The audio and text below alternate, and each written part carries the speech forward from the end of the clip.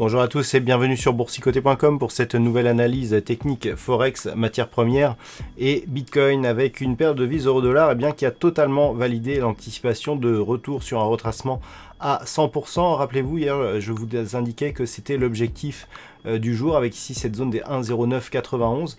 Lorsque l'on se rapproche, on pouvait difficilement faire mieux puisqu'en fait les cours ici sont venus terminer leur retracement ici sur la zone donc de retracement à 100%. On le voit ici 0,0991, mais aussi sur la zone horizontale des 1,0990. Et lorsque ceci a été réalisé, on a tout de suite rebondi ici avec donc un possible changement de dynamique puisque la moyenne mobile 20 exponentielle qui agissait jusqu'à présent ici comme une résistance a été cassée. On est aussi revenu au-delà des 1.1020 qui était une zone horizontale significative.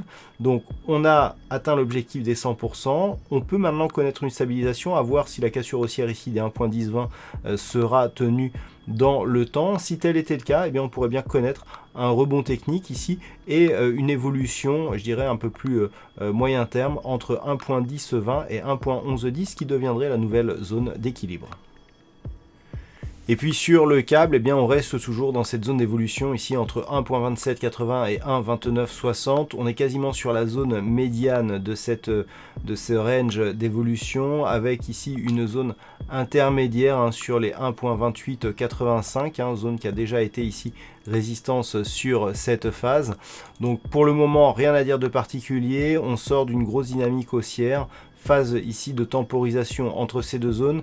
Il faudrait soit casser à la hausse ici la zone des 1.3012 pour valider la poursuite du mouvement haussier, soit casser d'une manière pérenne la zone ici des 1.2780 pour se diriger dans un premier temps ici sur la zone des 1.2708, puis un possible retour ici sur la zone des 1.2560.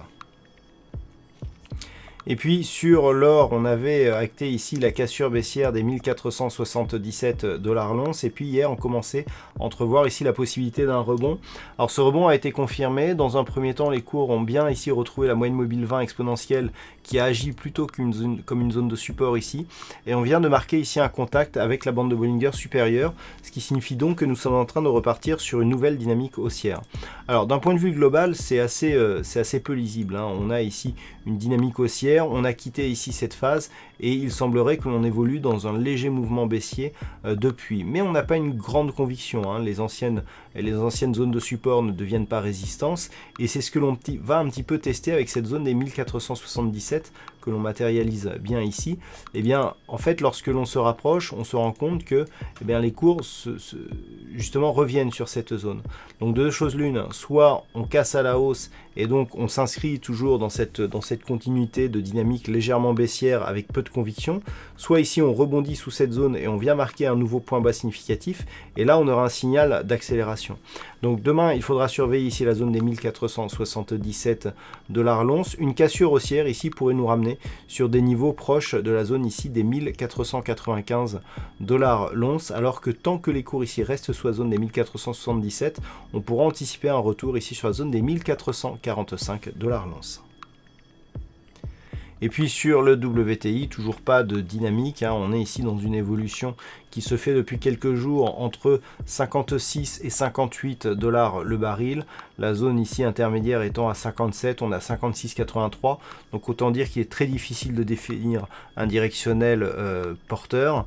Lorsque l'on écarte un petit peu la vue, nous pouvons constater que nous sommes dans un trend ici légèrement haussier, mais qui n'a pas une grosse dynamique. Donc pour l'instant, ça reste neutre ici, tant sur le moyen que sur le court terme pour le WTI. Et puis enfin le Bitcoin qui ne parvient pas à retrouver un directionnel. Alors on avait ici eu ce gros mouvement haussier qui avait permis une sortie ici de la zone de dynamique baissière. Et puis tant que l'on tenait ici sur la zone des 8935 $, c'était assez lisible comme dynamique. Et puis on a cassé cette zone et désormais on s'inscrit autant ici sur cette phase, on évoluait ici au-dessus de la moyenne mobile 20 exponentielle, autant sur la nouvelle phase, on peut voir que la moyenne mobile s'est vraiment inscrite ici en tant que résistance. Donc clairement on est sur un mouvement plutôt baissier, mais il n'y a pas de dynamique, c'est-à-dire on a eu les deux impulsions ici et depuis on oscille grossièrement entre deux zones horizontales qui se situe voilà, au niveau de ce point haut là à 8850 et donc sur ce point bas à 8550 $ pour un Bitcoin. Tant que l'on est dans cette zone, difficile de définir un directionnel parce que certes, on a cassé ici la zone des 8935, mais derrière, il n'y a pas de relais. Donc pour l'instant, on est dans une phase de temporisation court terme, mais au sein d'une dynamique qui, au final, est en train de confirmer son statut baissier, puisque nous étions ici sur une phase de baisse, mais depuis la cassure, il n'y a pas eu de nouveau point bas significatif qui aurait pu casser ce précédent, et il n'y a plus de conviction. Donc nous sommes dans une zone d'attente entre ce niveau ici, qui se situe aux alentours des 10 400 $ pour un Bitcoin, et cette zone ici des 7 400 $ pour un Bitcoin, donc à peu près entre les deux, et donc en phase d'attente, donc entre deux dynamiques, fin de dynamique baissière, mais sans relais pour réorienter à la hausse.